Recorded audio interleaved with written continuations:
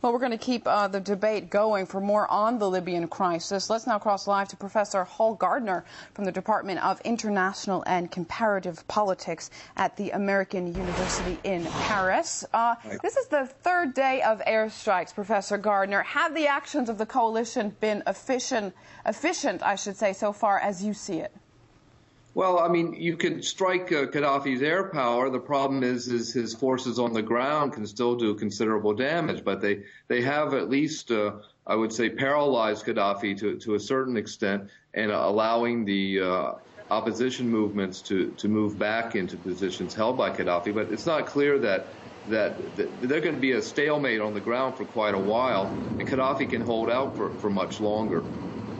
No, like we just heard from our correspondent in Britain, we're seeing inconsistency among top officials about whether the coalition will in fact target Gaddafi. Do you think we could see another regime change operation, another Iraq perhaps?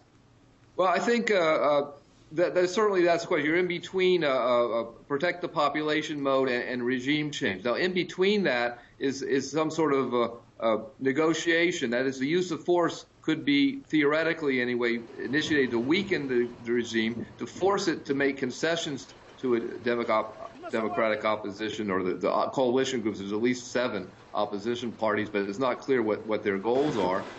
And at the same time, have Gaddafi step down and perhaps his son, at least nominally, take the rule. Now, that scenario, though, depends on whether the opposition will even consider a compromise with Gaddafi or Gaddafi's son, Saif al-Islam.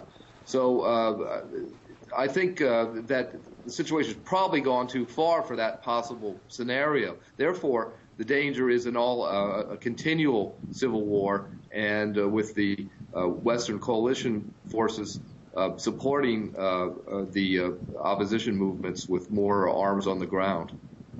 Now, speaking of the opposition, it's pretty clear to the world who Gaddafi's supporters are, but who are the opposition? We hear so little about them in Libya. And what do you think will happen if they do come to power? Well, I think it's not clear who Gaddafi's supporters are. He has had opposition within his own tribes, but he also has considerable support from the immigrants, the millions of immigrants who have come with Gaddafi, to Gaddafi's regime, promised higher wages and benefits than they would get in their own countries. So that he has a considerable support there, though he does have opposition within his own tribal groups. Now, on the other side, the party, the National Salvation Front of Libya, was created about 1980. 2005, 7 opposition groups formed the National Conference. Now, that conference, though, split around that time. And the new movements, it's not clear. Obviously, Hillary Clinton has met with the new council. The problem is it's not clear what the goals are, because the opposition is tribally oriented. That element of Gaddafi's government has remained pretty much intact, despite his creation of what he calls people's committees. I think the opposition does want a real opening to the West. Democratization has been demanded in Tunisia and Egypt. The problem is it can be infiltrated by any kind of forces that might want a more hardline and authoritarian approach to politics. I'd like to go back to inconsistency between members of the coalition, specifically speaking about NATO. I understand you wrote an article in which you spoke about this in detail. Can you tell us more about that? Well, I think NATO, since the end of the Cold War, the irony is that the 2 major allies of NATO, Germany and Turkey, have been the most consistent critics of the post. They were the best allies during the Cold War and become the most reluctant to engage in military actions after the Cold War. So you see that in Merkel, but you also see it in the Turkish opposition to any kind of military participation within a NATO context.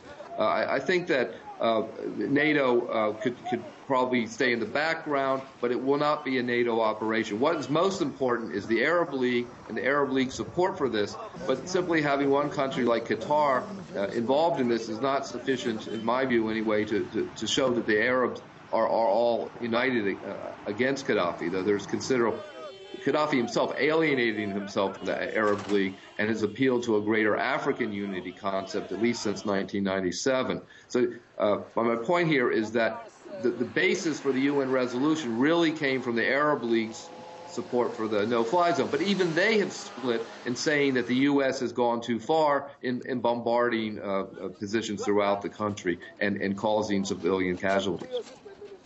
Just briefly, where do you think that leaves us in terms of the long-term consequences of this campaign and in the region in general? I'm afraid it will continue a destabilization process that's taking place with if you can't get enough aid and assistance to Egypt in particular, but also Tunisia.